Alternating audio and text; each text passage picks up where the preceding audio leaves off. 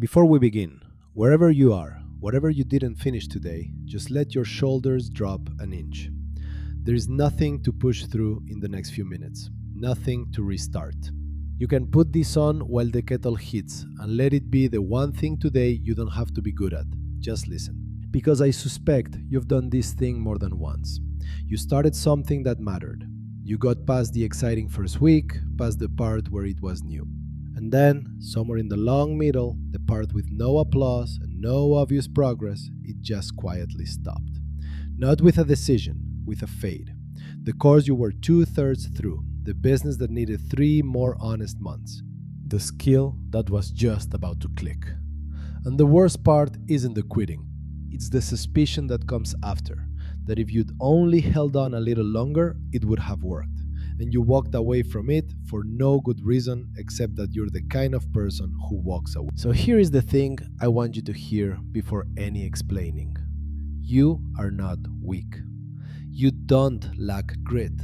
You didn't give up because something is missing in your character.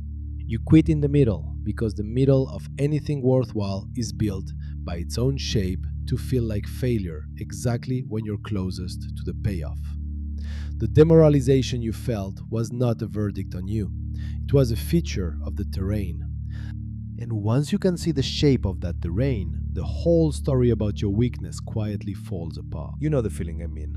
It's not dramatic. There's no big moment of giving up.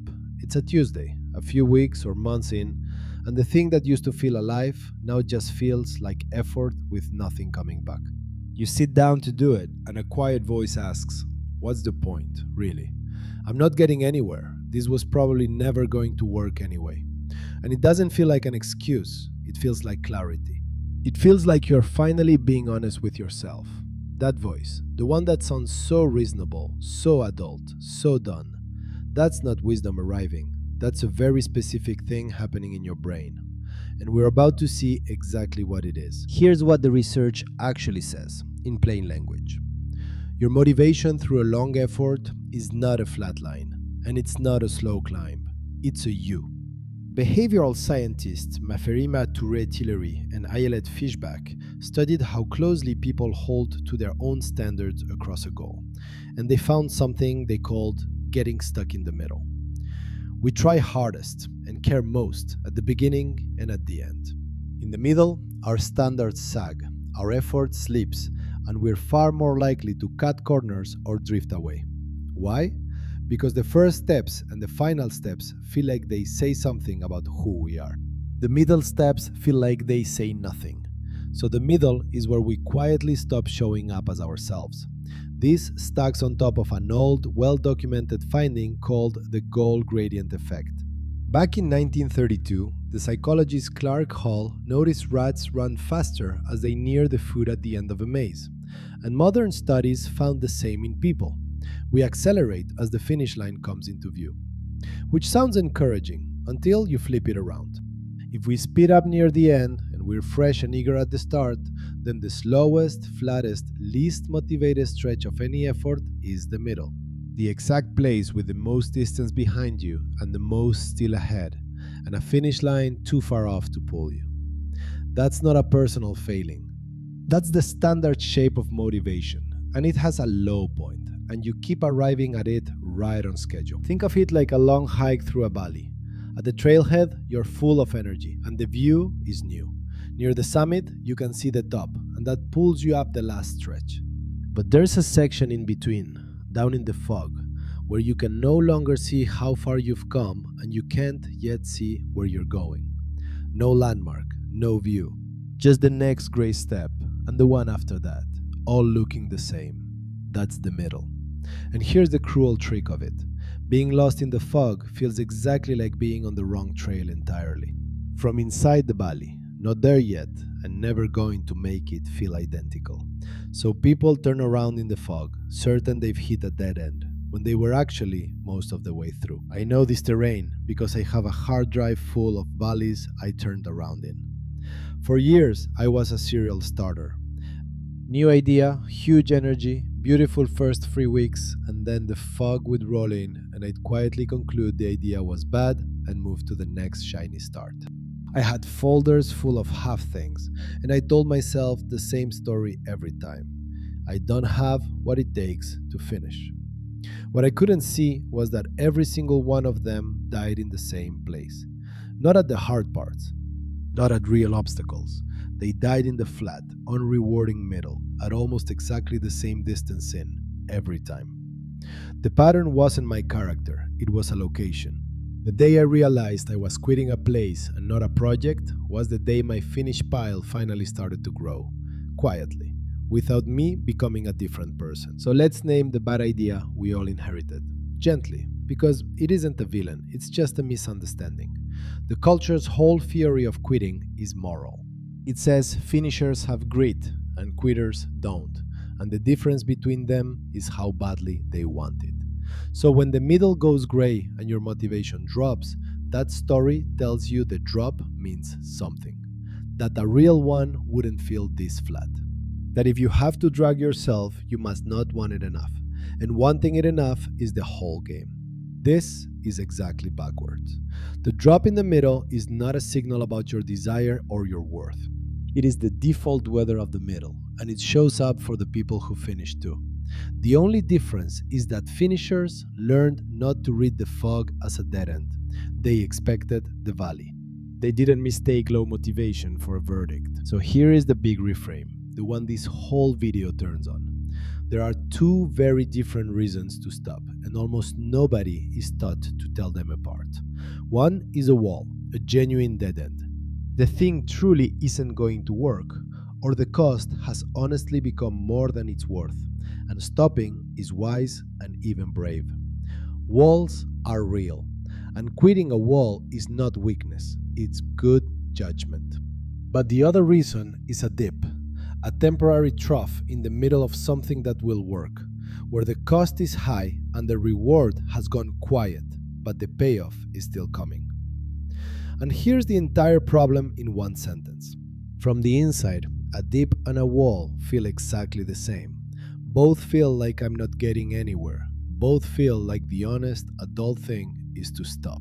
So we quit our dips, convinced they were walls, and we lose the very things that were about to work.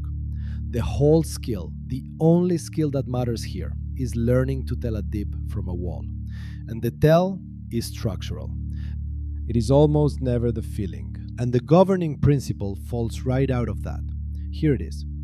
Effort that hasn't paid off yet feels exactly like effort that will never pay off. Your brain cannot tell them apart from the inside. This is not a flaw in you, it's just honest accounting. Deep in your brain, a region called the anterior cingulate cortex, working with dopamine, is constantly running a real cost-benefit calculation. It weighs how much effort something is costing against how much reward it expects back. And when the reward signal goes quiet, it returns a verdict. Not worth it. That verdict feels like clarity, but it's only doing arithmetic on the information it has. And in the middle, the information is the worst it will ever be. The cost is immediate and full price. The reward is far away. There's also a second, well-documented quirk called hyperbolic discounting, where the further off a reward is, the more steeply your brain shrinks its value, almost to nothing. So in the middle, your effort and reward math is comparing a large present cost against a payoff your own brain has discounted down to a whisper. Of course it returns stop. It isn't lying. It's just doing the math on the worst possible day, with the least possible evidence. So the contrast that changes everything is this. A wall is the math being right. A dip is the math being early. Let me make that concrete, because it stays abstract until you see it. Picture two people learning a language. Both start eager. Both hit the same wall, around week 6, where the beginner thrill is gone, they can't yet hold a real conversation, and every lesson feels like pouring water into sand. Nothing's coming back. The first person reads that feeling as a wall. I'm just not a language person. I've got no natural talent. This isn't working. It feels like clarity, so she stops. The second person feels the exact same flatness, the exact same no progress fog, but she's being told what it is. She knows this gray stretch has a name, So instead of reading it as a verdict, she reads it as a location, the dip, the part right before things click. She doesn't try to feel more motivated because she can't. She shrinks the daily ask to something she'll actually do on a flat day and keeps showing up. 3 months later, one of them is starting to understand the radio. It is not the one with more talent or more grit. It's the one who didn't mistake the dip for a wall. So, how do you actually walk through a dip instead of drowning in it? You don't summon motivation because the whole point is that motivation has gone quiet and won't come when called. You change the terrain instead. And this is research, not a pep talk. Teresa Mabile studied nearly 12,000 daily diary entries from people doing real work. And she found that the single strongest driver of motivation on any given day was simply making visible progress in meaningful work. Small, concrete, visible progress. Now look at what the middle does. It takes the visible progress away. You're working, but the wins are too small or too far apart to see. So the one fuel that keeps you going runs dry exactly when you need it. So your job in the dip is to manufacture visible progress on purpose. Make the invisible middle visible. Track the showing up, not the outcome. A mark on the wall for every day you sat down, regardless of how it went. You're not gaming yourself. You're restoring the exact signal the middle stole. The proof that you are, in fact, moving, even when the view says you're standing still. And if you take one tactic from this whole video, take this one. It's called shrinking the middle, and it's the move that turns a dip from a place you drown into a place you walk through. Here's the logic. A dip is bad mostly because it's long and unmarked, with no nearby landmark to pull you forward. So you give it landmarks. You take the vast foggy middle and you chop it into stretches short enough that you're almost always near the start of one or near the end of one, which, remember, are the two places motivation is naturally highest. This isn't my hunch. It's the explicit recommendation from that stuck in the middle research. Split a long pursuit into sub-goals so the demoralizing middle never gets large enough to swallow you. The organizational psychologist Carl Weick showed the same thing from another angle, that a goal framed too big overwhelms us into freezing, while the very same goal broken into small, completed wins becomes something we can actually move on. So don't face the whole gray valley at once. Set a flag a short walk ahead. Reach it. Set the next one. You can't see the summit from the fog, but you can always see the next flag. And a series of next flags is how anyone has ever crossed anything long. So picture who you become when you can finally tell a dip from a wall.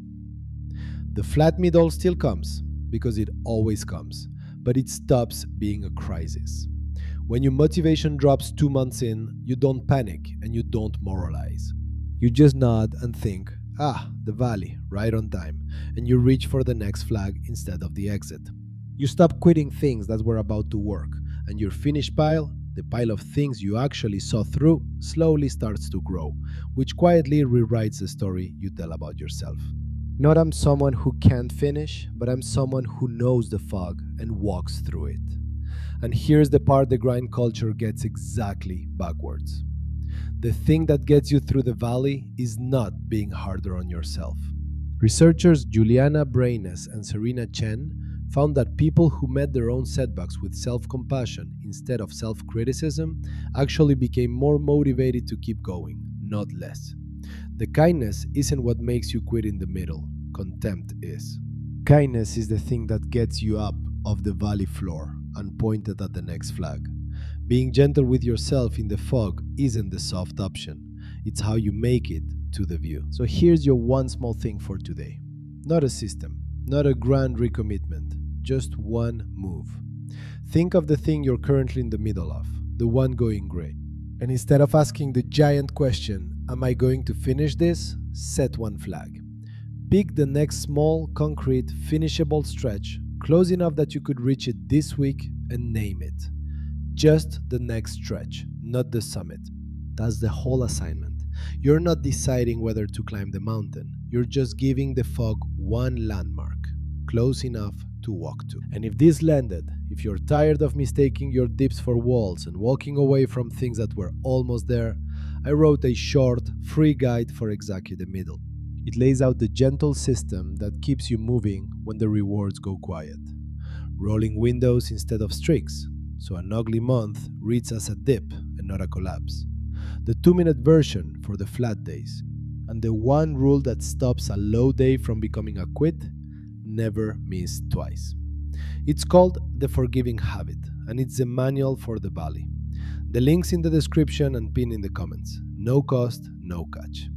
If this is the kind of calm you'd like more of, you're welcome to subscribe and settle in with us. Until next time, be rigorous with your systems and gentle with yourself.